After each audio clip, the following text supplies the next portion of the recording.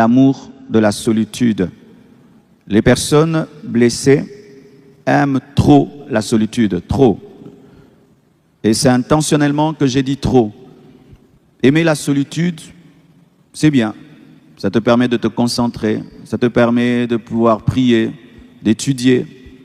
La plupart des grands chercheurs, des plus grands savants sont des personnes solitaires.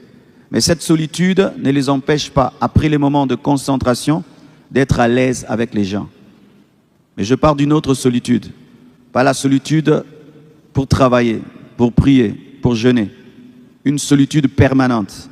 Tu ne supportes pas les gens et tu es très à l'aise, très seul. Et lorsqu'il y a des gens autour de toi, tu te sens mal. Pourquoi souvent les blessures poussent à aimer la solitude? C'est parce qu'on a peur des autres. On a perdu la confiance des autres. On n'a plus confiance aux autres. On ne croit plus aux hommes. Il y a des gens qui ne croient plus aux hommes. Un humain, pour lui, vraiment, il préfère même un animal qu'un être humain. Il préfère son téléphone que les êtres humains. C'est lorsque tu as des réactions qui sont au-delà de la normale. Tu es fiancé, l'autre seulement fait une petite chose. C'est fini, on arrête, on arrête, on arrête. Je ne t'épouse plus. Pourquoi? Tu m'as mal répondu, tu es une femme impolie, ça prouve que tu serais impoli, c'est fini. Pourquoi? Parce que tu m'avais mal répondu. Ce sont des personnes qui ne croient plus en l'amour et en la fidélité. Quand on leur dit « je t'aime » dans le cœur, il l'obéla.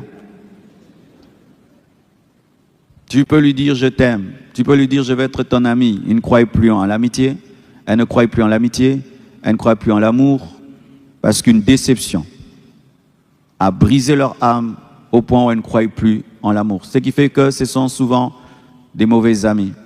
Parce que, étant donné qu'il ne croit pas que tu l'aimes, il ne peut pas t'aimer. Il ne croit pas que tu es loyal, il ne peut pas être loyal. Il ne croit pas en la loyauté, qu'il y a quelqu'un qui peut être digne de confiance, que tu peux donner ta confiance à quelqu'un et vraiment il sera digne de confiance. Ces personnes ne croient pas. Est-ce que tu crois qu'il y a des personnes dignes de confiance?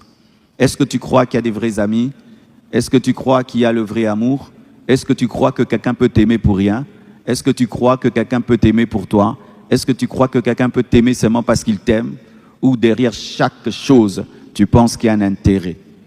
Chaque chose, la vérité, ni n'a pas tindo, ni n'a pas ciment.